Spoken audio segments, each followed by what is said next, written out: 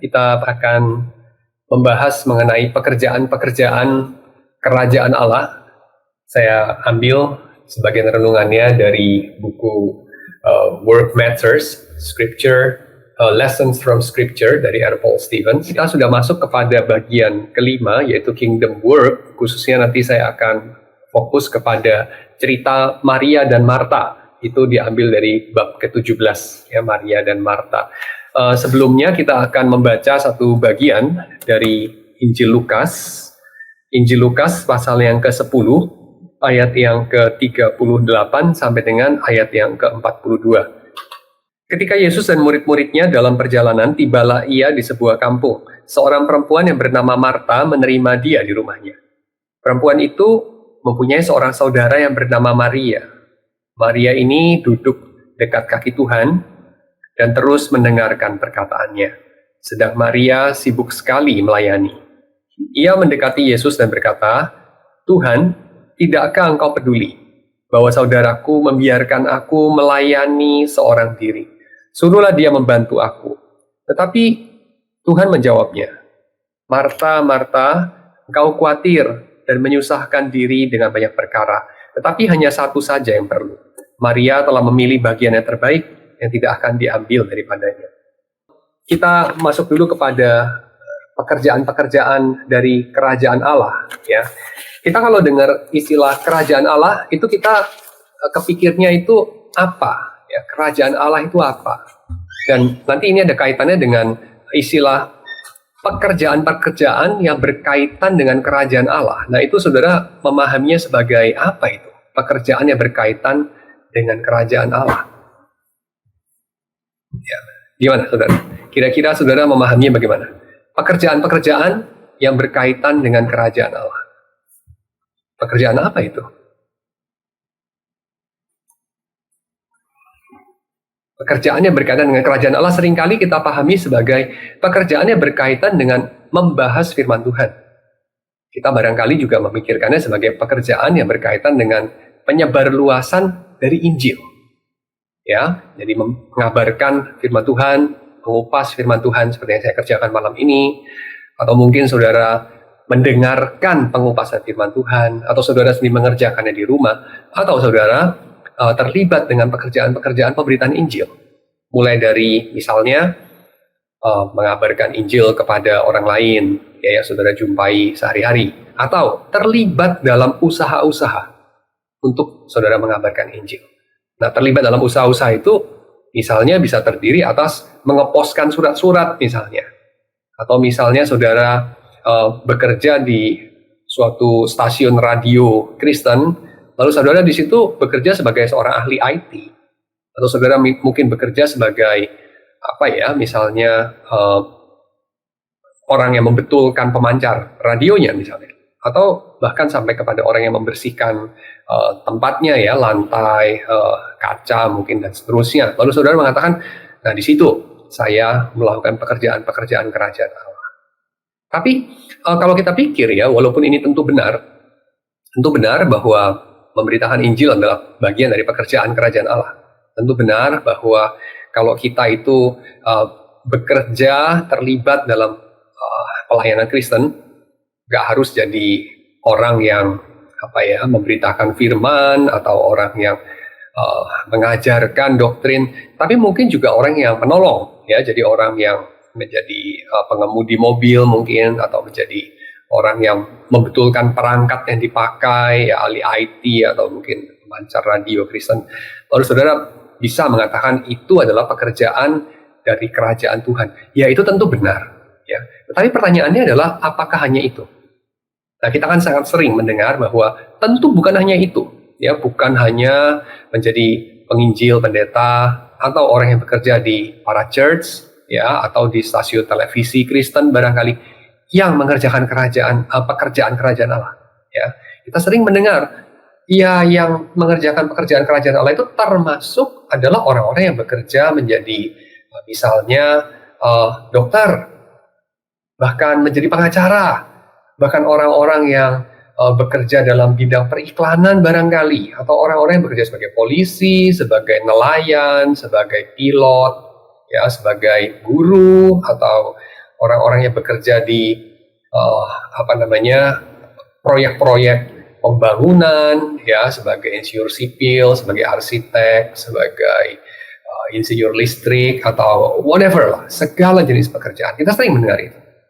Tapi pertanyaannya adalah seringkali ini tidak jelas apa kaitannya, ya. Karena kalau kita ngomong mengenai kaitan pekerjaan mengupas firman Tuhan, yang mana itu tentu butuh pekerjaan, ya, belajar bahasa asli misalnya, pekerjaannya belajar doktrin, belajar retorika, belajar untuk membuat naskah khotbah, lalu ya deliver hal itu. Tentu itu pekerjaan yang langsung kita tahu kaitannya apa dengan kerajaan Tuhan.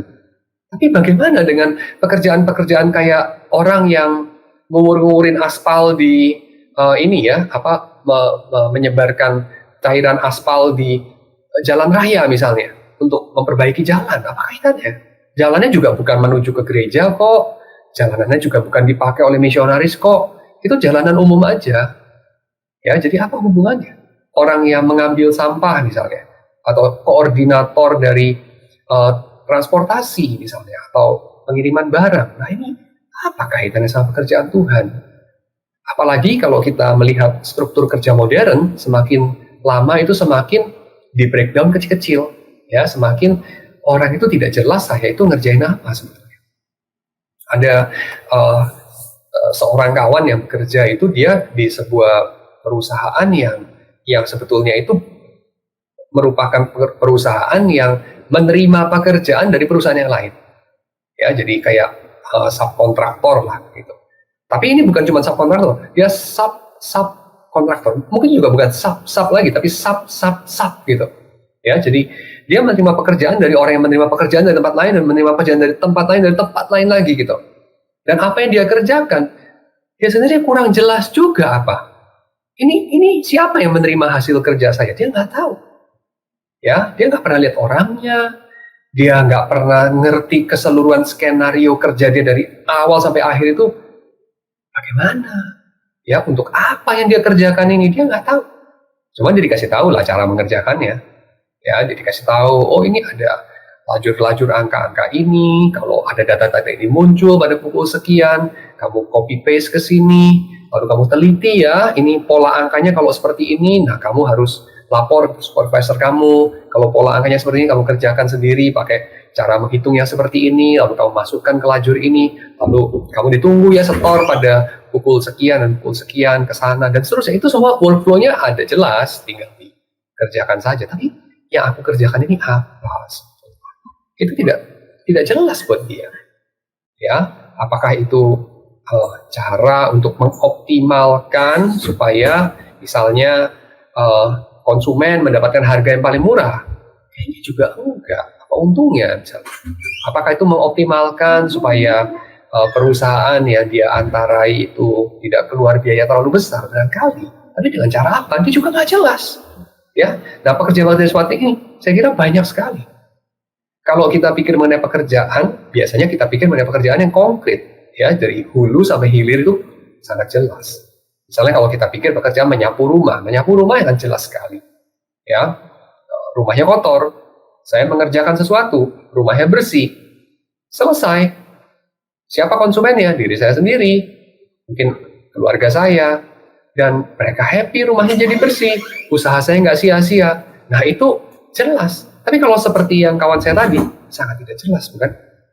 Ya, dan beberapa waktu yang lampau itu ada sebuah buku terbit, penulisnya sudah meninggal, ya, sebuah buku yang terbit dan cukup laku. Itu buku ditulis sama David Graeber. David Graeber itu seorang ekonom, ya, dia profesor ekonomi di London Business School kalau tidak salah, ya.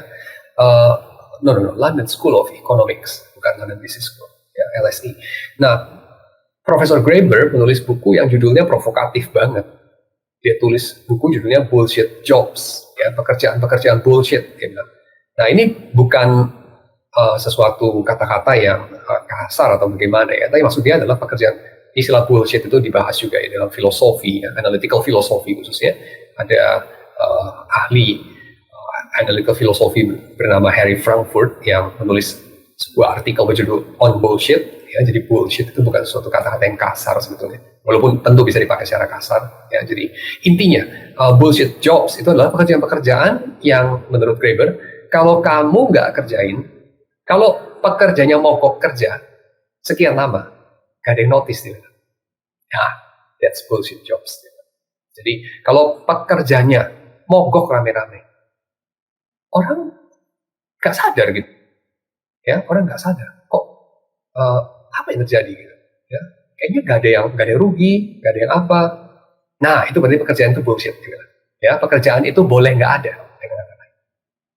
Lalu pekerjaan seperti ini dia katakan jumlahnya banyak sekali rupanya. Ya, jumlahnya banyak sekali. Nah, oke, kita mulai dulu dengan pekerjaan yang bukan bullshit. Pekerjaan yang beneran.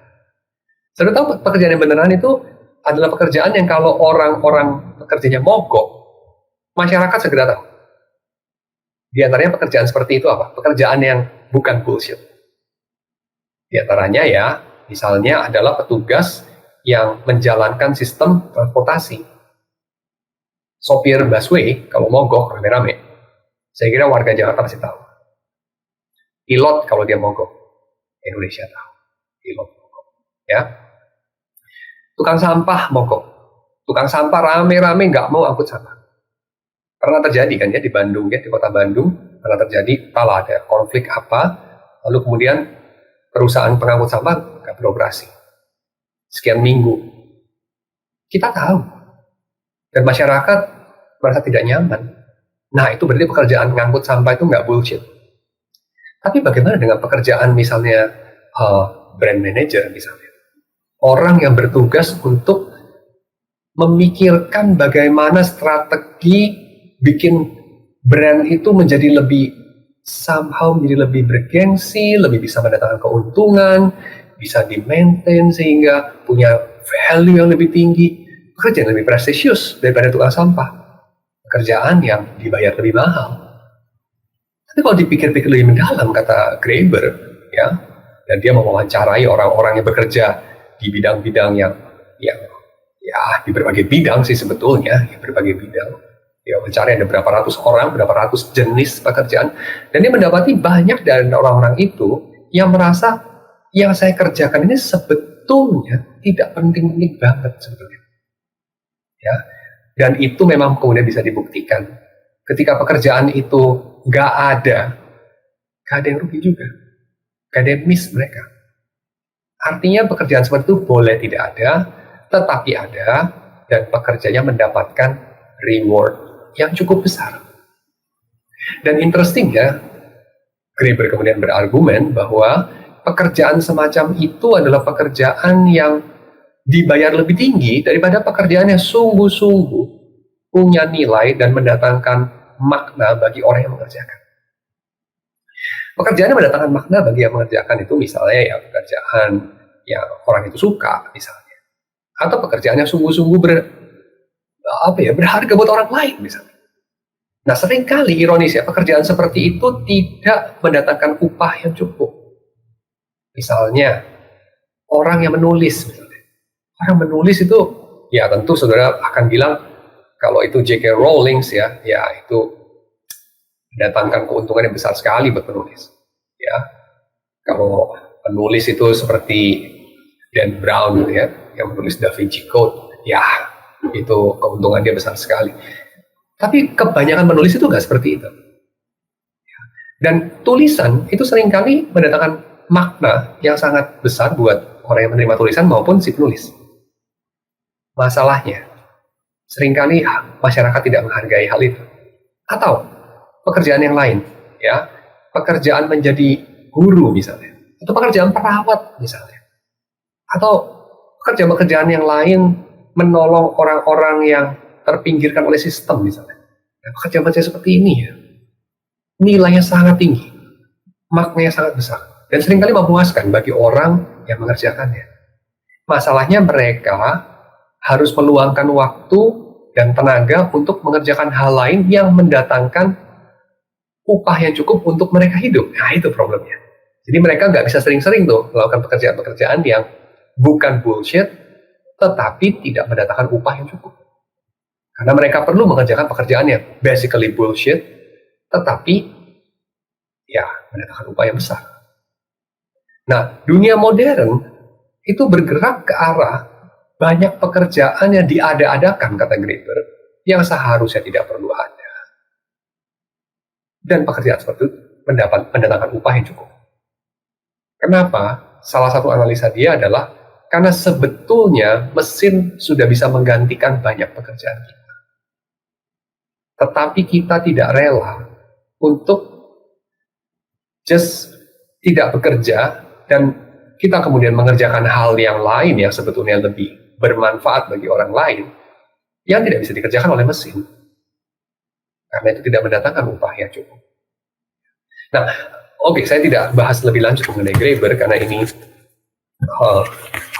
bisa berlarut-larut ya. Tapi saya kembali kepada pekerjaan-pekerjaan kerajaan Allah. Nah, pekerjaan kerajaan Allah ini seringkali kita katakan, ya seperti Luther bilang itu, menyapu lantai pun itu bisa adalah satu bentuk dedikasi kepada Tuhan. Ya, selain berdoa, selain berkhotbah, menyapu lantai juga bisa adalah bentuk dedikasi kepada Tuhan, bentuk cinta kepada Allah dan sesama, dan itu pun bisa dikerjakan sebagai bagian atau perwujudan dari memuliakan Tuhan.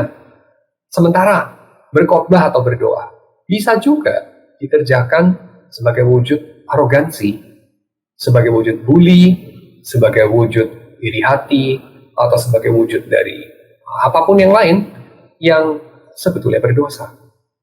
Jadi dalam konsep yang Luther, berkhotbah dengan motivasi yang tidak baik itu bisa menjadi sesuatu yang lebih kurang mulia daripada menyapu rumah dengan motivasi yang baik untuk mengasihi sesama, semacam itu. Ya, jadi dengan kata lain, Luther menggeser nilai sebuah pekerjaan bukan kepada jenisnya, tetapi kepada alasan hal itu dikerjakan.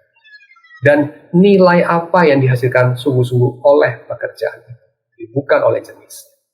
Sedangkan pada masa yang lampau, orang membagi nilai pekerjaan berdasarkan jenis. Kalau pekerjaan yang ini mengerjakan pekerjaan kekal. Nah, pekerjaan ini cuma untuk sementara saja, dan seterusnya. Ya, tapi Luther membagi bukan hanya bukan lagi dari jenis, tetapi dari motivasi orangnya, dari apa yang sungguh-sungguh dihasilkan dalam dunia ini.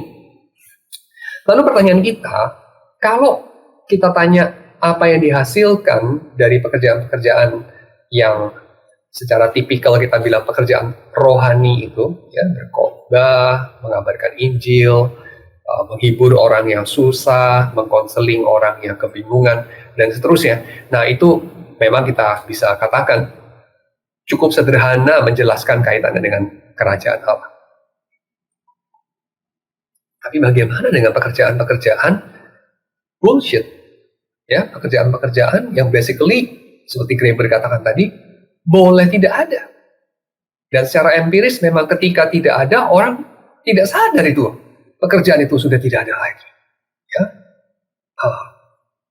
Saudara bisa pikirkan sendirilah, ya, ada banyak sekali hal yang sebetulnya ketika itu nggak ada, ya yang rugi itu basically orang yang bekerja itu sendiri dan bukan masyarakat. Masyarakat soalnya nggak terlalu merasa ada perlunya hal seperti itu. Contoh ya. Saudara kalau nonton YouTube kan seringkali muncul iklan-iklan, ya.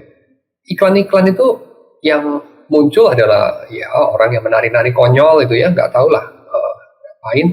Lalu itu ya mereka dibayar untuk itu dan mereka menghasilkan satu karya yang entahlah kemudian dipercaya oleh orang yang membayar bisa meningkatkan jualan mereka.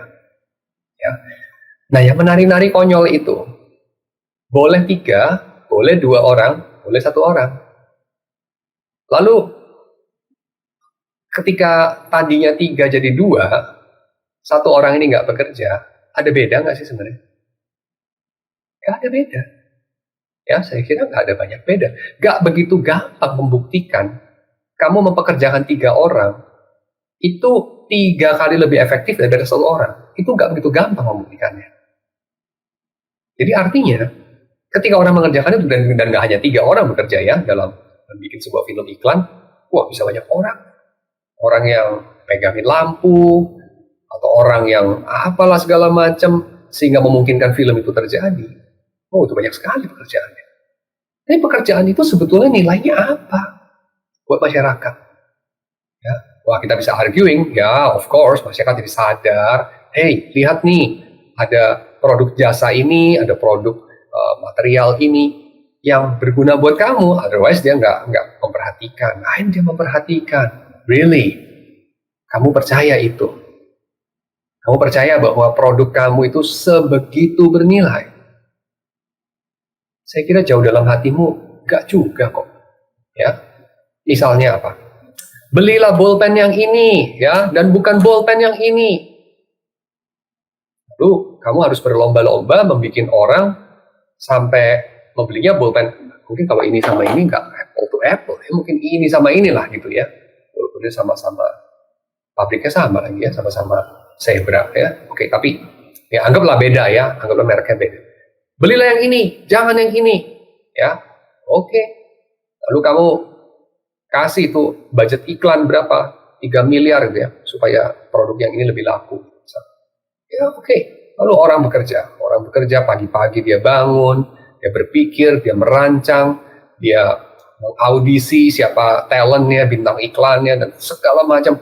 Lighting yang mengkontak juru kamera, special effect, orang yang bikin rancangan ceritanya gimana, storyline-nya, dan segala macam rapat-rapat yang gak ada habisnya untuk memikirkan strategi beriklannya dan segala macam. Segala pekerjaan dikerjakan. Oke, apa hasilnya? Hasilnya orang membeli bolpen yang ini, bukan yang ini. Oke, good. Untuk konsumen, apa bedanya? Arguably yang ini lebih bagus, lebih murah mungkin, lebih menguntungkan konsumen. Oke, really, itu tujuan kamu? I don't think so. Tujuan daripada orang yang bikin iklan adalah, ya, dia dibayar, keuntungan dia. Tujuan dari produsen menyewa orang yang bikin iklan, ya produknya menghasilkan keuntungan lebih besar. Supaya nanti, ya orang yang sudah tanam saham di perusahaan itu, happy ini mereka, karena uangnya berkembang. Itu aja kan. Dan ya sama-sama yang memiliki jadi lebih punya banyak uang, that's it. Tapi really menghasilkan nilai dalam dunia yang lebih besar. Karena kamu sudah capek-capek pegangin lampu, capek-capek memikirkan desain seperti apa iklannya. Really, itu menghasilkan manusia yang hidupnya lebih berharga. Saya tidak akan mengatakan ya atau tidak. Ya, nah, tahu apa saya mengenai iklan?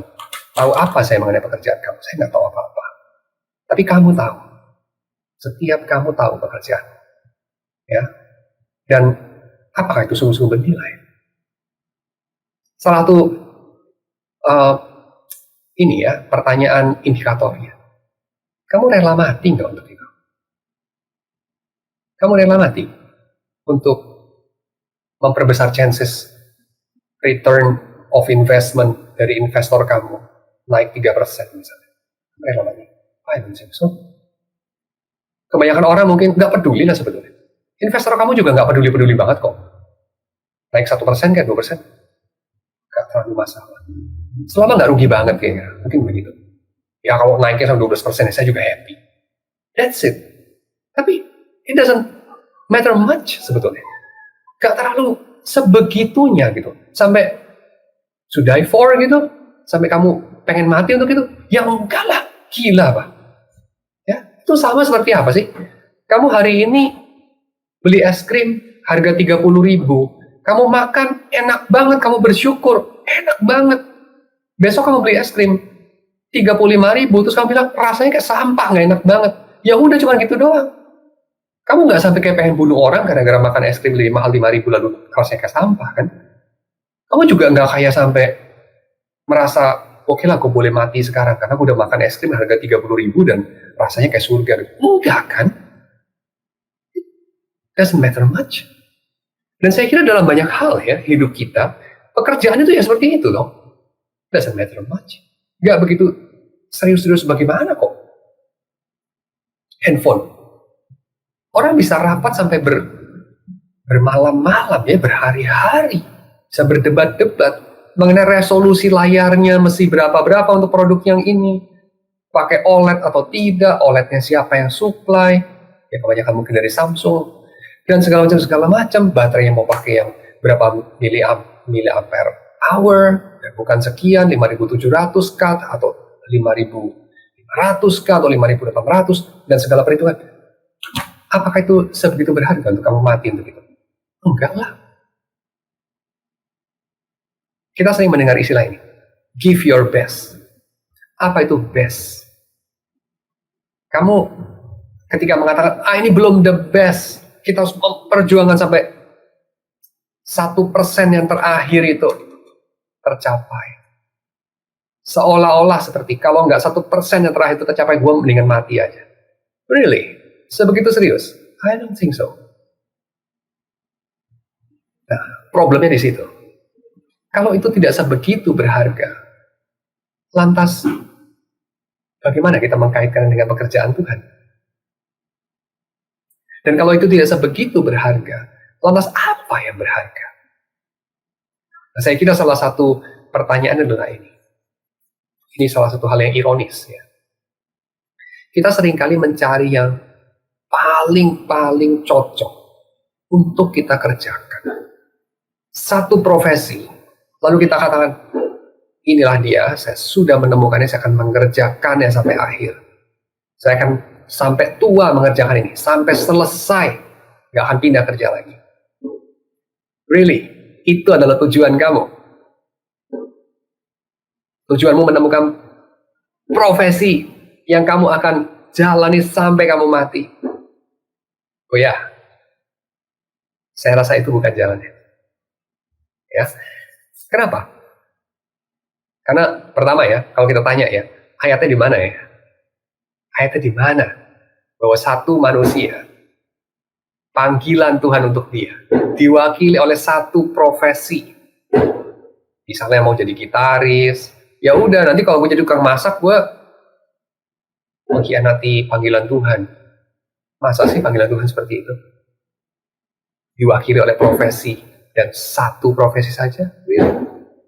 Saya kira itu penyempitan. Mana jaminannya di dalam Alkitab? Apa betul Alkitab pernah mengajar seperti itu? Saya kira itu agak berlebihan. Kedua, kalau kita memikirkan satu pekerjaan ini, saya harus pilih dari sekian pekerjaan. Ini yang the best. Yang betul-betul Tuhan inginkan. Kalau meleset sedikit itu sudah keliru sama sekali, Tuhan marah minta ampun. Really? Memang Tuhan kita seperti itu? Subuhnya sependek itu? Mana ayatnya? Ya, saya kira tidak, bukan? Tuhan memang menginginkan kita spend waktu hidup kita untuk mengerjakan kehendak-Nya. Tuhan memang punya rencana untuk kita mengerjakan sesuatu dengan segala talenta kita, kesempatan, timing, koneksi, background, dan segala macam. Yang mana memang hanya kita bisa mengerjakan itu. Betul. Tapi apakah betul hanya diwakili oleh satu profesi seumur hidup? Dan kedua, ketika kita mengerjakannya, apa betul itu sesuatu yang sebegitu statis? Dan yang ketiga, kita seringkali berpikir, kita harus menemukan pekerjaan yang paling perfect, kita harus mengerjakannya dengan cara yang paling perfect, dan kita harus menghasilkannya sebanyak-banyaknya. Dalam artian apa? Kalau bisa kerja 10, jangan 9. Kalau bisa 10, barangkali mesti paksa dikit bisa dapat 11. Tapi dengan cara begini, kita mau mengatakan hidup itu sebaiknya semuanya dikonversi menjadi kerja. Bagian-bagian yang bukan kerja, itu hanya kelemahan saja. Dan kelemahan itu sebaiknya ya makin hari makin sedikit. Karena kita sebaiknya makin hari makin kuat. Pertanyaannya, pertama, saya balik lagi ke pertanyaan pertama tadi ya, ayatnya di mana by the way? Ya, ayatnya di mana? Bagian mana Alkitab mengajarkan itu? Kedua, apa betul ya Tuhan itu menciptakan kita hanya untuk kerja? Tuhan menciptakan kita untuk kerja, itu betul. Tuhan sendiri adalah Tuhan yang bekerja, itu betul. Tapi kata hanya di situ kita taruh. Kita mesti pikir, apakah itu betul? Tuhan menciptakan kita hanya untuk kerja. Sehingga ketika kita bekerja, Tuhan berkenan. Ketika kita tidak bekerja, Tuhan mentolerir. Ketika kita beristirahat, Tuhan mentolerir. Karena itu mempersiapkan diri untuk kerja. Saya kira tidak. Dan apa yang dikatakan oleh Graeber ya, di dalam Bullshit Jobs itu, saya kira kita perlu pikirkan masak-masak. Yaitu apa? Yaitu bekerja itu bukan demi bekerja itu sendiri. Bekerja itu selalu demi sesuatu yang lain, yang ingin dicapai lewat kerja. Tapi masalahnya kita itu seringkali berusaha untuk mendapatkan justification for our existence dari pekerjaan kita. Karena pekerjaan menimbulkan status. Pekerjaan menerbitkan identitas. Pekerjaan pada akhirnya itu menghadirkan, memberikan bagi kita pembenaran untuk eksistensi kita, justification for our existence. Jadi artinya gimana? Artinya kayak gini, lu tuh pantas hidup karena lu sukses. Atau gini, lu tuh pantas hidup, masih boleh makan nasi, nggak usah malu, karena seenggaknya lu masih ada gunanya. Kembali ke sini, ayatnya mana?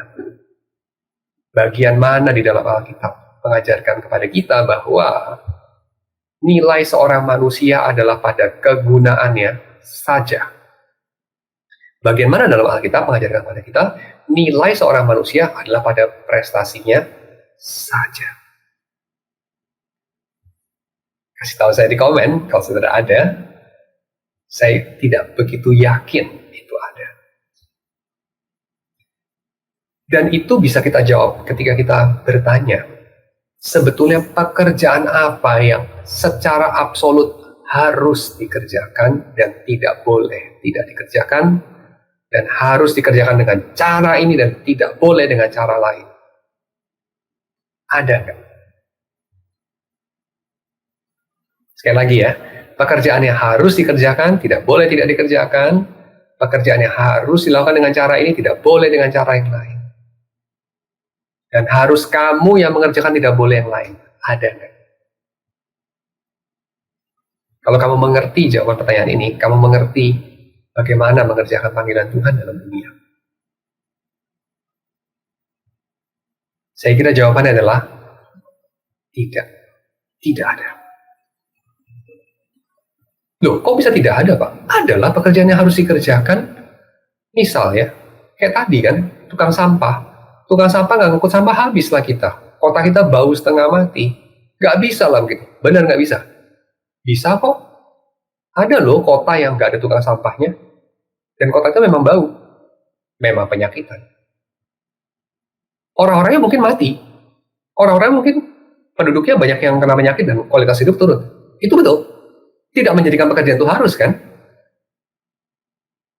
Pekerjaan itu dengan kata yang menjadi harus. Kalau kamu menginginkan, orang-orang tidak sakit. Kalau kamu menginginkan, kotanya tidak bau. Gitu aja. Artinya, kalau kita menghitung setiap pekerjaan, tidak ada yang harus. Karena kebanyakan pekerjaan memang bisa tidak kita kerjakan. Maka tidak ada keharusan itu. Tapi itu menjadi harus karena kita menginginkan hasilnya. Nah itu kan, kita ingin hasilnya. Kita itu ingin kota kita tidak bau. Makanya pekerjaan mengangkut sampah harus dilakukan.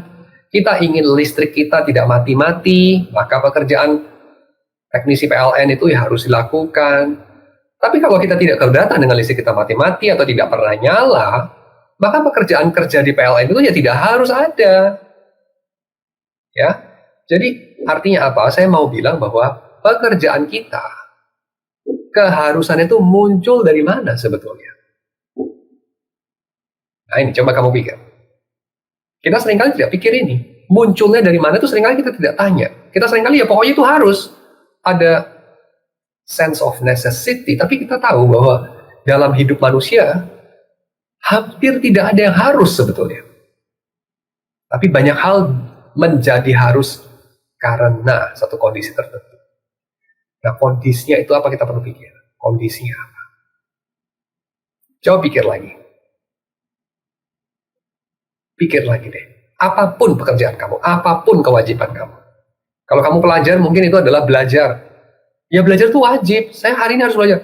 Nggak harus kok. Kalau kamu nggak keberatan, nggak naik kelas 3 kali, seumur hidup kamu, atau 4 kali, atau 10 kali, atau jadi gelandangan, itu nggak harus kok kamu belajar. Loh, kerja itu harus, kalau nggak jadi gembel. Loh, kalau kamu nggak keberatan jadi gembel kan nggak harus kerja. Sih? Banyak harus itu karena kondisi itu dan karena kamu ingin mencapai sesuatu.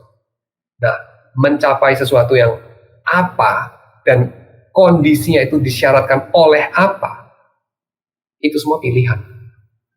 Pertanyaannya, kenapa kamu pilih itu? Kenapa kamu kepingin kotamu bersih? Kenapa kamu kepingin listrik nggak mati-mati? Kenapa kamu kepingin tersedia cukup makan di rumah sehingga kamu perlu kerja dengan konsisten? Kenapa kamu pergi whatever berolahraga? Kenapa kamu mandi tiap hari walaupun kamu males? Kenapa itu? Apa jawabannya? Pernah pikir nggak? Kalau belum pernah, pikir sekarang. Nanti kamu akan tahu. Jawabannya itu hanya terbagi 2 saja secara garis besar. Yang satu, kamu kerjakan karena kamu mengasihi dirimu sendiri saja. Kamu nggak mau menderita, kamu mau senang-senang, itu aja. Tapi saya tanya, kenapa? Kenapa nggak mau menderita, kenapa mau senang-senang? Dan kamu akan segera tahu, nggak ada jawabannya. Dan itulah yang menyebabkan kehidupan orang dalam level yang Kierkegaard katakan sebagai level estetik. Orang-orang yang hedonis hidup cuma pada level estetik di situ adalah kehidupan yang seringkali kemudian dihantui dengan kecemasan dan dihantui dengan kegalauan eksistensial, angst. Ya, kenapa? Karena memang di situ nggak ada makna sebetulnya. Hidup seperti anjing itu ya maknanya cuma sebatas makna hidupnya anjing. Itu aja. Masalahnya banyak orang hidupnya cuma pada level anjing. Ya, cukup happy-happy, cukup makan, cukup aman, cukup panjang umur, sudah gitu mati seperti anjing. That's the problem. Tapi kita bukan anjing, kita manusia. Maka kita perlu memikirkan alasan mengenai kenapa harus tadi itu yang lain. Dan Alkitab memberikannya kepada kita. Manusia bukan diciptakan untuk sekedar hidup bagi dirinya sendiri. Bahkan anjing pun sebetulnya tidak diciptakan untuk hidup bagi dirinya sendiri. Manusia diciptakan untuk mengasihi. Karena diciptakan sesuai dengan gambaran rupa Allah, dan Allah adalah kasih. Allah mencipta itu pun adalah tindakan kasih. Apa itu mencipta? Mengadakan yang bukan Allah. Ketika Allah mengadakan yang bukan Allah, Dia itu harus memberi dirinya itu tertahan, Dia membatasi dirinya. Karena kamu tahu ya, apa definisi tidak terbatas? Definisi tidak terbatas adalah tidak ada yang bukan Dia. Misalnya kalau saya bikin gambar seperti ini ya, contoh, saya bikin gambar lingkaran di sini. Di kertas ini saya bikin gambar lingkaran seperti ini. Wah, nggak kelihatan. Jadi mungkin saya perlu, gini aja deh. Ya, ini sudah lihat ya. Ini ada batasnya, hitam ini. Nah, saya katakan kotak ini terbatas karena ada yang di luar kotak, ada yang di dalam kotak. Kalau ada satu objek saya taruh di dalam kotak, ini dia di dalam. Kalau di sini dia di luar. Ya, oke. Bayangkan kalau kotak ini nggak punya luar itu kayak apa? Kalau kotak ini nggak punya luar, sudah bayangkan ini ke sini sedikit, ini ke sana, ini ke sana, ini ke sana, sampai tidak berhingga. Itu namanya dia nggak punya luar. Sampai nggak ada lagi yang di luar dia, semua di dalam dia. itu namanya tidak berhingga. Semua ada di dalam kotak ini. Kotak ini tidak berhingga. Nah, kalau semua di dalam kotak ini, ada nggak yang bukan kotak ini? Yang tidak ada di dalam kotak ini? Nggak ada. Nah, Tuhan itu seperti itu. Dia itu tidak berhingga. Dia itu segala-galanya. Lalu, itu terjadi sampai kapan? Sampai dia mencipta. Apa itu mencipta? Mengadakan. Ciptaan. Apa itu ciptaan? Bukan pencipta. Ketika Tuhan mengadakan ciptaan, apa yang dia lakukan? By definition, dia membatasi dirinya. Dia membatasi dirinya. Dia memberi ruang bagi yang bukan dirinya. Itulah kasih. Maka ketika saudara memberi ruang dalam hidup saudara untuk yang bukan dirimu, engkau sedang belajar mengasihi. Ketika engkau memberikan hidupmu bagi yang bukan dirimu, engkau sedang mengasihi. Dan apa yang terjadi ketika engkau memberikan hidupmu bagi yang bukan dirimu? Engkau mendapati ada justification for your existence sebagai manusia. Yang Tuhan tidak memerlukan itu. Tuhan tidak memerlukan justification for His existence dengan mengasihi ataupun bekerja. Kenapa? Karena Dia ada dalam dirinya sendiri. Karena Tuhan selalu ada, dan tidak pernah tidak ada, dan Dia itu punya aseitas, ya, ada aseity of God. Dia itu tidak butuh apapun, dia punya self-sufficiency. Tapi manusia itu berbeda. Ciptaan itu berbeda. Sebab kita itu membutuhkan Tuhan. Kita itu membutuhkan yang lain. Kita itu makhluk contingent. Tuhan itu absolut. Ya, so, kalau kita bicara mengenai diri kita, kita itu selalu membutuhkan justification for our existence. Tapi, kita punya dua pilihan di sini. Kita bikin sendiri justification, ya. Dalam hal ini apa? Kesuksesan kerja kita, prestis kita, status sosial kita. Atau yang kedua, kita menerima justification of our existence itu karena sudah diberi oleh Tuhan. Apa yang kita terima dari Tuhan sebagai justification for our existence? Ini, kita dikasihi oleh Allah. Dan kita diciptakan untuk mengasihi Allah dan sesama. That's our justification for existence. Ya, kenapa lu hidup? Kenapa lu ada? Apa harga lu? Ya, adalah itu. Engkau dikasihi. Dan engkau diciptakan untuk mengasihi.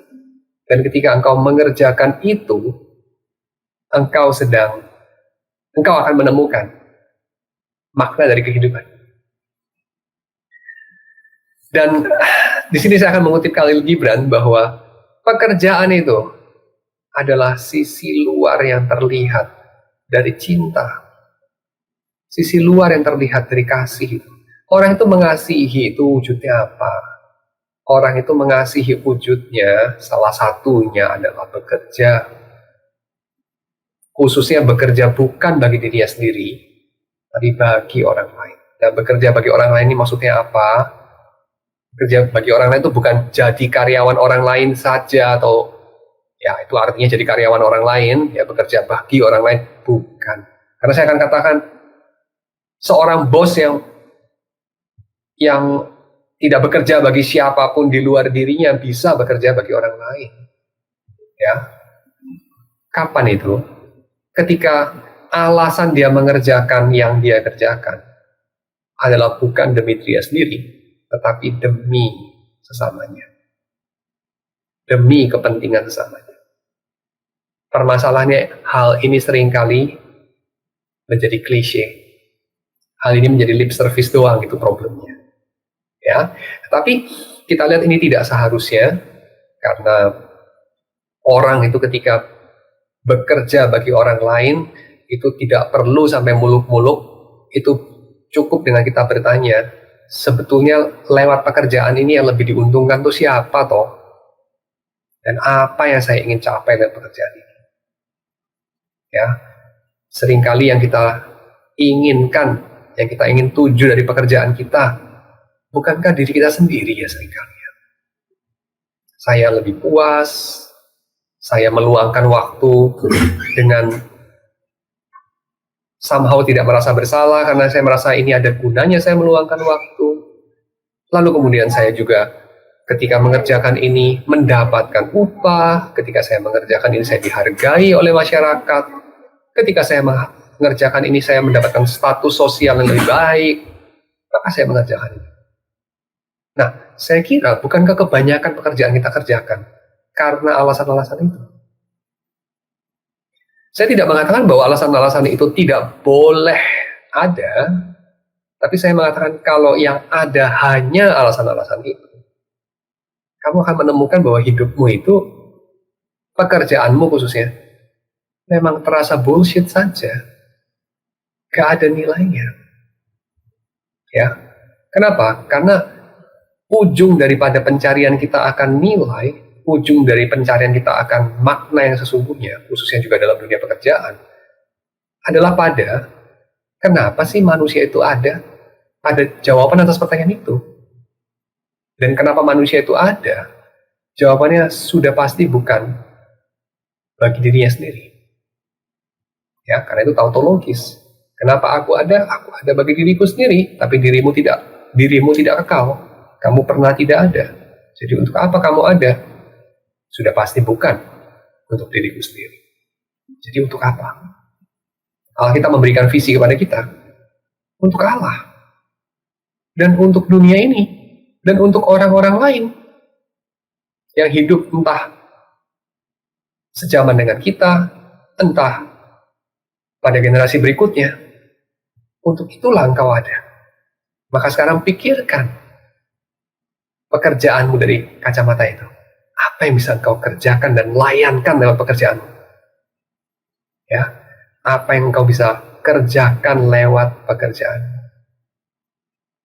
Sampai sini, saya mau katakan bahwa di satu sisi memang ini tidak mudah dikerjakan, tidak mudah untuk kita lakukan, karena struktur pekerjaan kita secara modern memang seringkali pekerja itu tercerai dari hasil kerjaannya. Dan kedua, pekerja itu seringkali mendapati pekerjaan-pekerjaan yang sungguh-sungguh ada manfaatnya, upahnya kecil. Dan pekerjaan-pekerjaan yang tidak ada manfaatnya secara jelas diupah baik. Itu problemnya. Ya. Dan semua orang kebanyakan mengerjakan apa yang dia kerjakan karena tujuan-tujuan dan keinginannya sendiri, karena kepentingannya sendiri. Ya. Dan kita mendapati bahwa mereka semua menuai, kita semua yang berjalan dalam jalan itu, menuai apa yang dikatakan Kierkegaard di sana, yaitu kehidupan yang diwarnai anxiety dan kedangkalan. Ya, kehidupan yang diwarnai kedangkalan dan anxiety dan hypocrisy, kemunafikan. Pada akhirnya kita menghina diri kita sendiri karena kita mengerjakan hal yang sepele itu, dan ya kita akan mengalami kondisi itu sampai kita mati. Kecuali kita dengan berani untuk pada akhirnya menghidupi hidup yang religius, kata Kierkegaard, yang berarti credo quia absurdum, yaitu aku percaya, I trust, I believe, saya kira lebih tepat, I trust, walaupun itu absurd. Ya. So, kehidupan ini memang absurd, kehidupan ini memang seringkali kita tidak mampu dan tidak mengerti bagaimana kita mengerjakan kehidupan kita, ya, bagi sebuah visi yang kita lihat ada di dalam Alkitab. Tapi yang kita bisa kerjakan adalah kita percaya kepada Tuhan ketika kita mengerjakan yang ada di hadapan kita. Dan kita mengerti, basically, kita harusnya mengerjakannya bagi orang lain. Kita harusnya mengerjakannya bagi Allah. Ya. Dan sekarang kita masuk kepada Maria dan Marta. Ya. Maria dan Marta, bagian yang tadi kita udah baca, Lukas 10, 38-42, seringkali dipakai untuk justify jenis-jenis pekerjaan yang lebih baik dan yang kurang baik. Tradisi ini sudah dimulai dari Eusebius, ya, Eusebius Caesarea. Dia menulis dalam Demonstration of the Gospel 312, tahun 312, bahwa ada pekerjaan yang lebih superior, ada pekerjaan lebih inferior dalam hidup manusia. Yang dia maksud dengan yang lebih superior itu melibatkan meninggalkan harta duniawi, melibatkan mengatakan bye-bye kepada segala kekhawatiran hidup dan mulai untuk hidup di padang-padang belantara, ya, hidup membiara seperti itu, ya. Dan ini juga dikaitkan dengan istilah yang terkenal dalam abad pertengahan, yaitu kehidupan kontemplatif dan kehidupan aktif, vita contemplativa dan vita activa. Tentu kita tahu vita contemplativa, kehidupan meditasi, kehidupan doa, ya, kehidupan kontemplatif itu tentu dikaitkan dengan Maria. Dan vita activa, kehidupan aktif, ya, sebagai pedagang, sebagai tentara, sebagai raja atau apalah, pekerja, petani, itu dikaitkan dengan Marta. Dan dari yang kita baca dari kata-kata Yesus dalam Injil Lukas ini, kita seringkali tergoda sekali untuk mengatakan seperti orang-orang di abad pertengahan, Yesus memuji Maria dan Yesus menegur Marta. Jadi Maria mengerjakan yang lebih baik, vita contemplativa itu lebih baik, ya. Cuma barangkali tidak semua orang terpanggil untuk itu.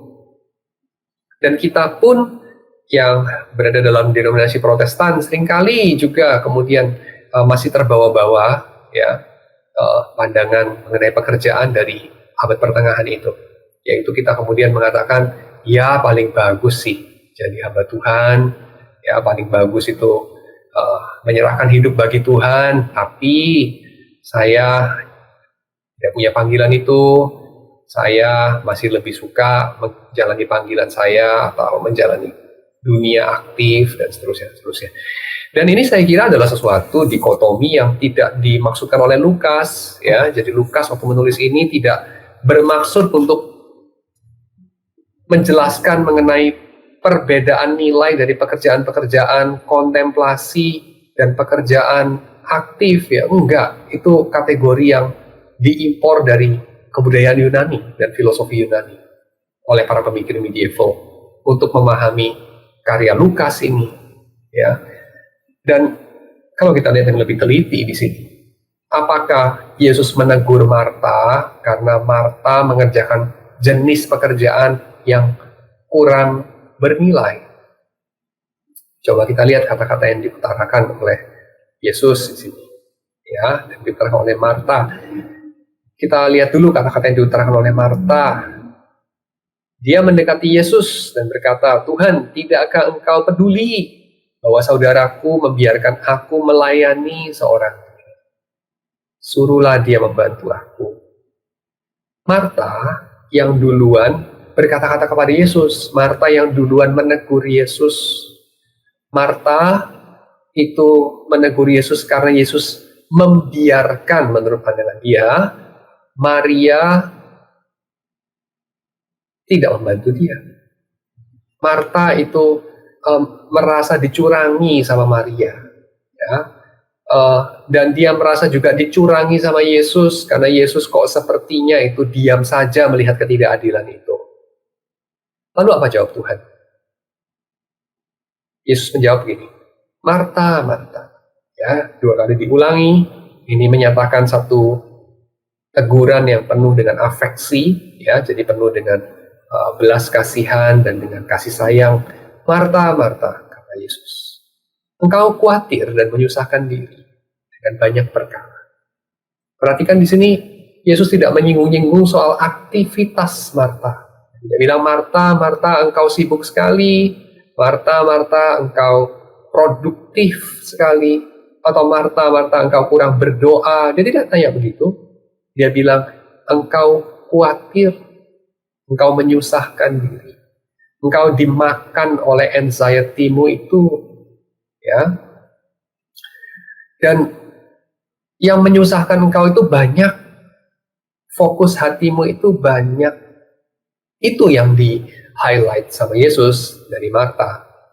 Jadi dia tidak mengatakan, Marta, engkau menghabiskan hidupmu untuk bekerja, itu buruk. Ya loh. Cuma dia mengatakan, Marta, engkau menghabiskan hidupmu untuk khawatir. Nah, itu. Dan ini masih selaras dengan perkataan Yesus ya, yang mengatakan jangan khawatir akan apa yang kamu makan, akan kamu pakai. Dia tidak mengatakan jangan cari makanan, jangan cari pakaian. Dia tidak mengatakan itu. Dia mengatakan jangan khawatir, bukan jangan cari. Ya, walaupun kemudian dia mengatakan, tapi carilah dahulu kerajaan Allah, dan itu semua akan ditambahkan kepada. Carilah dahulu bukan berarti yang satu nggak perlu dicari, bukan? Dia cuma mengatakan carilah yang mana dulu. Ya. Jadi di sini pekerjaan Marta itu tidak ada masalah sebetulnya. Bukan di situ masalahnya. Masalah daripada Marta adalah sesuatu yang menyebabkan dia menegur Yesus itu. Masalah daripada Marta adalah dia penuh dengan kekhawatiran dan dia menyiksa dirinya dengan banyak hal yang tidak perlu, ya, karena kemudian Yesus mengatakan hanya satu yang perlu. Dan Maria telah memilih bagian yang terbaik yang tidak akan diambil daripadanya. Hanya satu yang perlu, hanya satu yang necessary. Ya. Nah sekarang kita pikir nih soal perlu, ya, necessary, bagian dari necesitas dengan non-necesitas. Ya, perlu dan nggak perlu.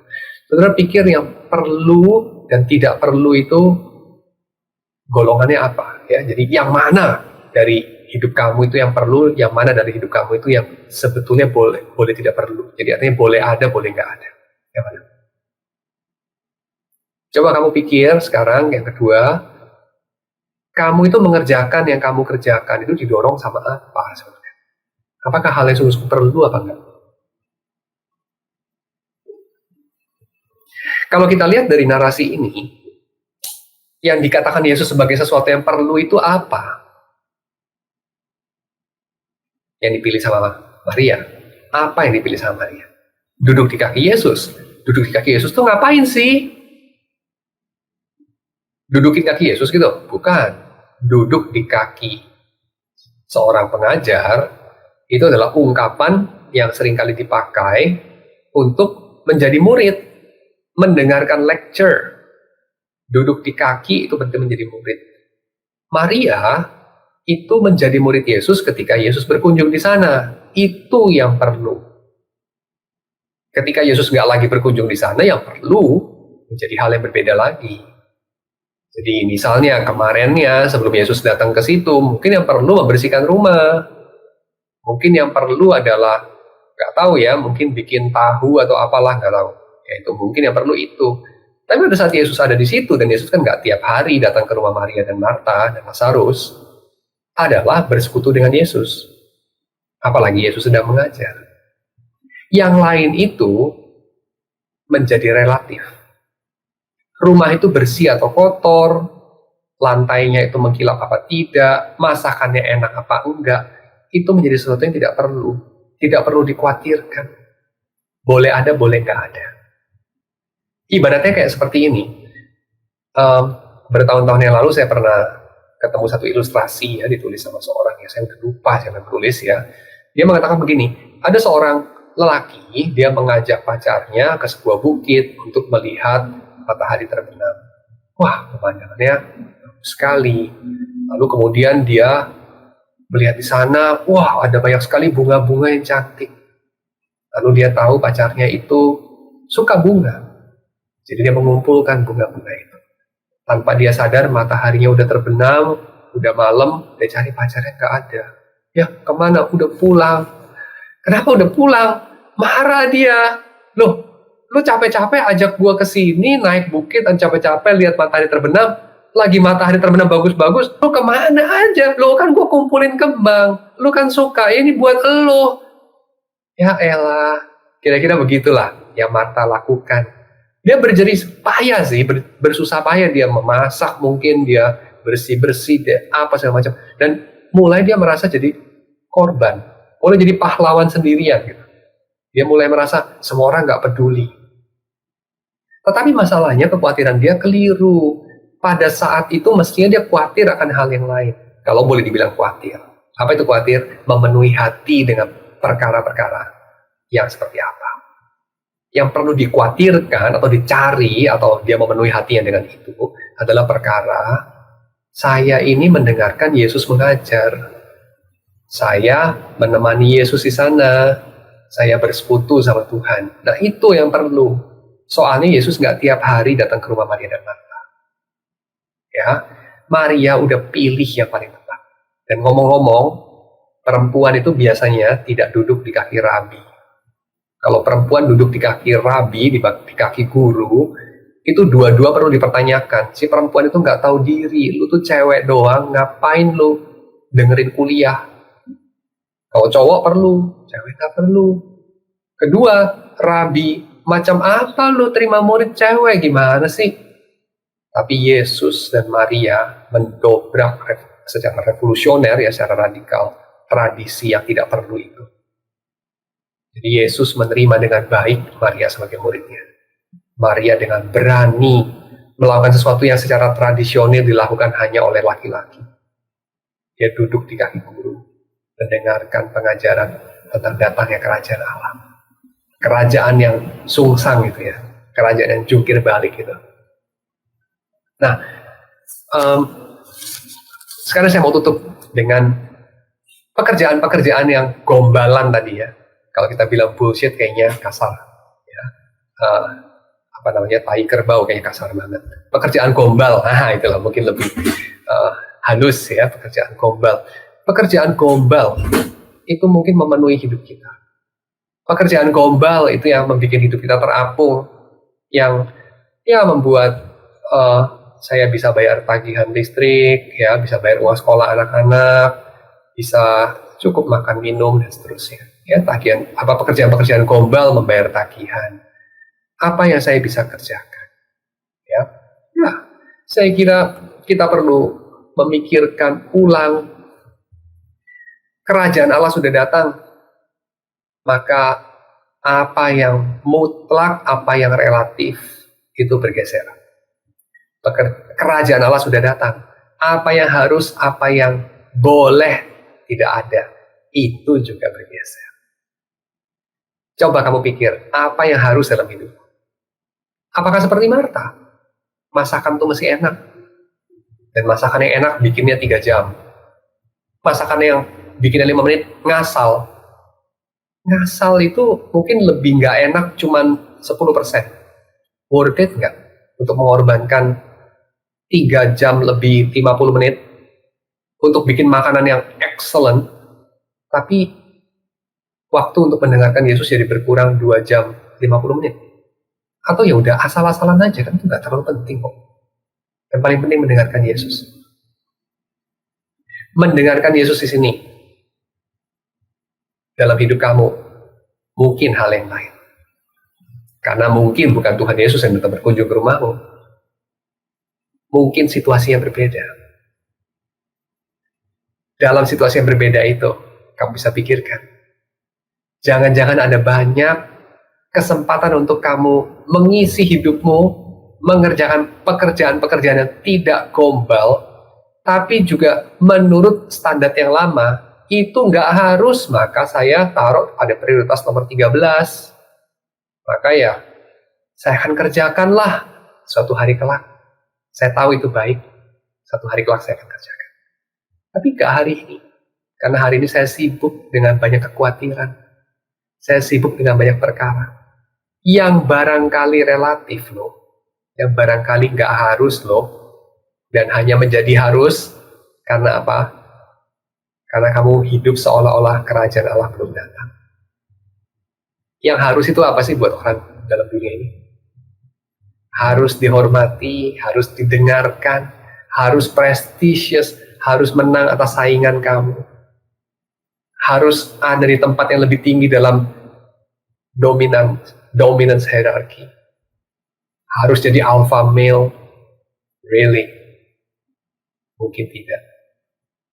Ya? So, ya. Antara yang harus dan tidak harus. Ketika itu driving, kita punya perjuangan, kita punya hidup. Mari kita pikir ulang. Sebetulnya kita hidup untuk siapa? Sebetulnya apakah kita hidup seolah-olah kerajaan Allah sudah datang atau tidak? Oke, itu kata penutup saya. Dan saya akan mulai menjawab pertanyaan.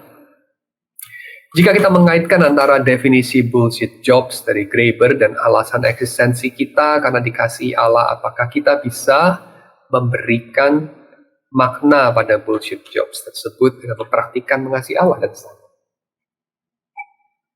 Atau jika dapat di-extend, apakah pekerjaan yang lebih dapat mengaplikasikan kasih daripada yang lain? Ya, ini ada dua pertanyaan. Saya akan jawab pertanyaan yang kedua dulu. Apakah pekerjaan yang satu dapat lebih memberi ruang ya untuk mengasihi Allah dan sesama daripada pekerjaan lain? Pasti. Pekerjaan-pekerjaan seperti contoh ya, menjadi germo, pekerjaan menjadi misalnya menjadi pengedar obat terlarang ya, pekerjaan misalnya menjadi pembunuh bayaran ya, atau menjadi pencuri. Itu adalah pekerjaan yang saya kira hampir-hampir tidak ada kesempatan. Kalau profesi kamu, cara kamu cari makan itu ya, hampir-hampir nggak ada kesempatan untuk kamu mengasihi Allah, memuliakan Allah, dan mengasihi sesama, dan membuat hidup mereka lebih serupa dengan gambaran rupa Allah. Saya kira itu kecil sekali chancesnya kalau kamu mengerjakan pekerjaan itu. Jadi germo, jadi pengedar obat terlarang atau produsen, atau menjadi pembunuh bayaran, ya kayaknya kecil sekali kemungkinan itu. Tapi pekerjaan-pekerjaan yang lain itu punya potensi lebih besar. Jadi dari sudut pandang ini pasti ya, jenis pekerjaan kamu itu kamu sendiri tahu ya, yang mana itu lebih memungkinkan kamu untuk mengasihi sesama. Nah, mengasihi sesama ini bisa berbagai cara. Yang pertama bisa mengasihi dalam rupa interaksi langsung. Misalnya interaksi langsung ya, sama kamu punya atasan, kamu punya bawahan, kamu punya rekan kerja, atau interaksi dengan organisasi yang lain. Misalnya perusahaan kamu supply suatu jasa atau barang kepada perusahaan yang lain, ada B2B. Nah, lewat cara itu, kamu mempraktikkan mengasihi, bukan? Mengasihi lewat output kamu, lewat produk kamu. Tapi benarkah itu mengasihi? Seringkali bukankah itu cuma lip service? Seringkali bukankah itu cuma gombalan saja? Dan semua orang tahu itu gombal. Semua orang tahu itu gombal, misalnya corporate social responsibility. Semua orang tahu diam-diam itu gombal lah, sebetulnya itu ya untuk bikin perusahaan kita punya citra di masyarakat agak lebih bagus sedikit kelihatannya, dan ya ada potongan pajak juga, ada insentif dan sebagainya, ya oke lah. Tapi kadang-kali nggak benar-benar itu seperti pengen jadi berkat ya misalnya. Tapi in any case, yang menerima gombal itu juga dapat berkat juga kok, ya kan? Jadi misalnya jalan layang yang dibangun itu ya, di Semanggi, memperlancar lalu lintas, ya terlepas dari motivasinya orang-orang yang nyumbang itu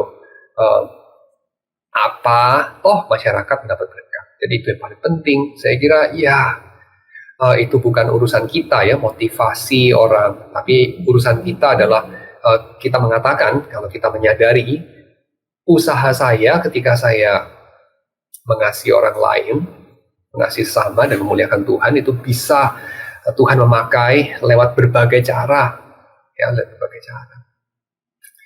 Oke. Jadi ada satu pekerjaan yang tentu kasih ruang lebih besar dari pekerjaan yang lain. Sekarang saya jawab yang pertama. Definisi bullshit jobs dari Graeber, kalau nggak dikerjakan, nggak ada yang notice juga, nggak ada yang kehilangan. Ya. Lalu alasan eksistensi kita adalah karena dikasih Allah. Apa bisa memberi makna tuh pada bullshit jobs itu? Bisa iya, bisa enggak. Ya, tergantung seberapa bullshit, bukan? Tapi saya kira one of the few beautiful thing dari bullshit jobs ya, sometimes ada beautifulnya juga, adalah karena pekerjaan-pekerjaan itu seringkali bisa dikerjakan dengan berbagai cara. Ya, seringkali pekerjaan-pekerjaan itu menyediakan ruang untuk kreativitas yang besar. Kita bisa mengerjakannya dengan cara apa aja, soalnya basically orang gak terlalu peduli, karena memang juga gak terlalu ada bedanya mau dikerjakan A atau B. Kalau pekerjaanmu itu event organizer, yang organizing acara sosial, ya bersosialisasi antara karyawan di sebuah perusahaan, ya sosialisasinya mau kayak A, mau kayak B, mau kayak C, mau kayak gimana aja, kayaknya gak terlalu ada yang peduli kok. Ya orang ngomong komen itu cuman supaya nggak diem-dieman aja daripada tegang, ya komen aja. Oh kuenya enak ya, oh kuenya kurang enak ya, kuenya kok begini ya, nggak kayak itu semua kan kata-katanya nggak perlu diucapkan juga sebetulnya. Nggak kamu ucapkan nggak ada yang kehilangan juga. Tapi kalau tidak mengucapkan diem-dieman kayaknya orang pada tegang, ya sudahlah diucapkan. Dan itu menandai apa sih sebetulnya? Pekerjaan-pekerjaan bullshit semacam memilih kue apa untuk acara sosial apa di sebuah kantor. Ya itu habisin waktu kamu juga kan ya, kamu spend hidup kamu untuk itu kan. Itu sesuatu yang kamu bisa mengerjakan dengan cara yang macam-macam. Itu salah satu hal yang indahnya. Sehingga mungkin juga terbuka ruang yang cukup besar ya untuk kamu mengasihi orang lain lewat satu dan lain cara. Saya nggak tahu. Mungkin memilih supplier yang ini dan bukan yang itu. Mungkin dengan kamu melayankannya dengan ekspresi muka yang seperti apa, mungkin dengan melibatkan orang-orang yang ini dan yang itu, dan dengan demikian kamu bisa ngobrol atau menemani dia yang kelihatannya tidak punya teman misalnya, dan seterusnya. So ada banyak kolateralnya lah, ada banyak hal yang bisa dicapai.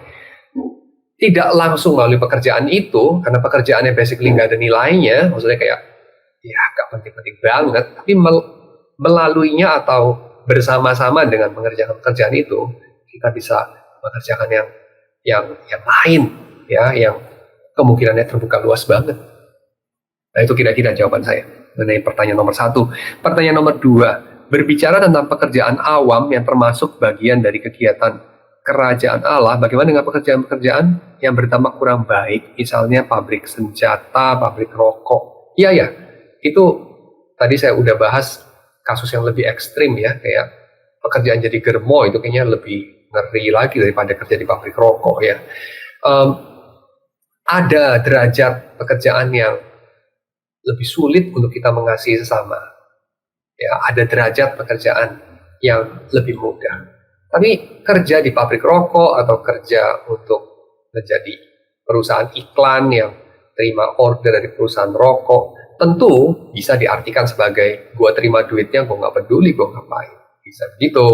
Bisa juga kita coba justify, ya ini perusahaan rokok tapi pabrik di situ banyak kerja orang-orang yang sederhana, ya petani tembakau, ada banyak sekali orang mendapat berkat dari sana. Ya, sudahlah. Tapi ya of course kita mesti ingat satunya lagi, yaitu konsumennya itu diperpendek umurnya. Ya tapi dengan merokok itu barangkali dia bisa mendapatkan ketenangan pikiran, dia kemudian bisa create satu cerita yang menjadi berkat bagi banyak orang karena dia merokok itu, atau karena dia merokok jadi lebih berkurang berantem sama istrinya dan segala macam, anak-anak lebih bahagia dan segala macam. Ya barangkali, ya kita tidak tahu. So pabrik senjata juga sama, ya senjata itu tentu ya bisa buat bunuh orang, tapi bunuh orang kadang-kadang itu bisa mengakibatkan kekurangan atau penurunan dari angka pembunuhan yang lebih besar. Misalnya kalau pihak A yang menang perang, jadi pihak B yang lebih jahat itu nggak berkuasa. Kalau pihak B yang jahat yang berkuasa, dia bisa bunuh rakyatnya puluhan juta, karena pihak A yang menang gara-gara dibantuin dengan suplai senjata. Ya, jadi akhirnya pemerintahnya relatif baik, ya, dan seterusnya. Bisa jadi kan? Jadi ya, kerja di pabrik senjata tidak harus itu melulu negatif, ya. Seperti juga mungkin kerja di pabrik Alkitab tidak tentu melulu positif, ya, dan seterusnya. So ya, hal yang seperti ini banyak misterinya, ya, pekerjaan itu banyak misterinya karena kita tidak tahu ya orang memakai hasil kerja kita buat apa. Tapi yang pasti pekerjaan-pekerjaan awam ini dipakai Tuhan, ya. Dan kalau kita lihat Yesus itu memanggil siapa sih ke dalam pekerjaan kerajaan Allah. Dia panggil orang-orang yang bukan profesional rohaniwan. Dia panggil itu Petrus yang adalah nelayan. Dan Petrus itu nelayan yang masih pandai menangkap ikan, juga setelah dia menjadi murid Yesus bertahun-tahun kan. Dia masih dalam pekerjaan itu, walaupun tentu dia pernah meninggalkannya. Kita tahu Yesus juga memanggil seorang Paulus yang tetap menjadi seorang yang membuat kemah, dan Yesus sendiri adalah seorang tukang kayu, ya, yang dia bekerja dalam profesi itu bertahun-tahun sebelum dia kemudian menjadi pengkhotbah keliling, basically dalam 3 tahun atau 3,5 tahun pekerjaan pelayanannya. Jadi Yesus itu bukan anti pekerjaan. Yesus tidak membagi pekerjaan menjadi pekerjaan rohani dan pekerjaan sekuler, tidak, ya. Tapi Yesus memanggil orang di dalam pekerjaan itu untuk mengerjakan pekerjaan kerajaan Allah, ya. Dan itu kemungkinan terbuka sangat luas. Tidak hanya yang tipikal, kayak misalnya kerja di perusahaan broadcasting Kristen, atau di toko buku Kristen, atau di gereja sekalian, atau di lembaga misi. Bukan cuma itu, ya, tapi juga yang lain-lain. Karena apa? Karena manusia itu membutuhkan banyak hal, ya. Tuhan itu memberi makan, memberi minum, memberi kehidupan pada ciptaannya lewat berbagai cara. Coba kamu pikirkan aja yang paling simpel. Kamu makan, makanan terhidang di atas piring kamu. Kok bisa? Melibatkan pekerjaan siapa saja. Petani, cuma petani? Enggak lah. Petani, orang yang kerja di pabrik pupuk, orang yang kerja di pabrik mesin pompa air yang memompa air ke sawah, orang yang kerja di pabrik sepatu bot yang dipakai sama petani itu waktu bersawah itu, pabrik besi yang dia pakai untuk pencangkul, orang yang kerja di rignya oil and gas di, nggak tahu di Cepu atau di mana lah itu, di Indonesia Timur atau whatever, yang bekerja siang malam untuk menghadirkan minyak yang dipakai sama si petani menjalankan traktor dia dan mengangkut hasil bumi ke kota, dan orang yang kerja di Google untuk menyediakan layanan sehingga sopir truknya nggak nyasar waktu jemput hasil buminya petani, dan seterusnya dan seterusnya. Orang-orang yang kerja di perusahaan roda di perusahaan ban di Korea atau di Cina dan segala macam. Ya itu, semua orang itu semua membantu menghadirkan sepiring nasi di hadapan kamu yang kamu makan hari ini. Pernah nggak berdoa mengucap syukur kepada Tuhan untuk pekerjaan mereka? Karena nasi nggak turun dari langit lagi. Dulu umat Israel dikasih makan mana turun dari langit. Sekarang sudah sampai di Kanaan, mereka melihat hasil bumi keluar dari bumi, bukan lagi roti dari surga, roti dari bumi. Dan itu melibatkan pekerjaan-pekerjaan anak manusia yang tak terhitung jumlahnya. Itulah cara Tuhan mengasihi kita. Itulah cara kita mengasihi sesama. Itulah cara Tuhan menyelenggarakan kehidupan. Itulah cara kita untuk menjalankan perintah Tuhan, memenuhi bumi, menaklukkan itu dan memerintah atasnya lewat pekerjaan kita, ya. So, kalau kita mengerti untuk apa kita bekerja, dalam hal apa itu kita bisa membagi yang harus dan yang tidak harus, yang absolut dan yang relatif. Tadi saya udah jelasin banyak hal. Kita mengerti pekerjaan kita lewat hal itu, yang bahkan termasuk yang sepele, yang kayaknya bullshit. Bagaimana kita bisa menggenapkan kehendak Tuhan? Kita masuk dalam doa. Tuhan, kami bersyukur untuk segala penyertaan-Mu pada malam hari ini. Kami bersyukur untuk setiap penyadaran yang Kau berikan bagi kami. Kami bersyukur untuk setiap hal yang kami boleh kerjakan lewat keterampilan kami, lewat talenta kami, lewat segala kemungkinan yang Tuhan sudah berikan dalam hidup kami. Kiranya melaluinya kami boleh mengerti bagaimana mengasihi Allah, melaluinya kami boleh mengerti bagaimana mengasihi sesama kami, melaluinya kami boleh mengerti bagaimana kami menghadirkan kehidupan, menghadirkan dunia yang di dalamnya ada pemerintahan Tuhan, yang melaluinya ada ucapan syukur kepada Tuhan. Terima kasih ya Tuhan, Di dalam nama Yesus kami berdoa. Amin.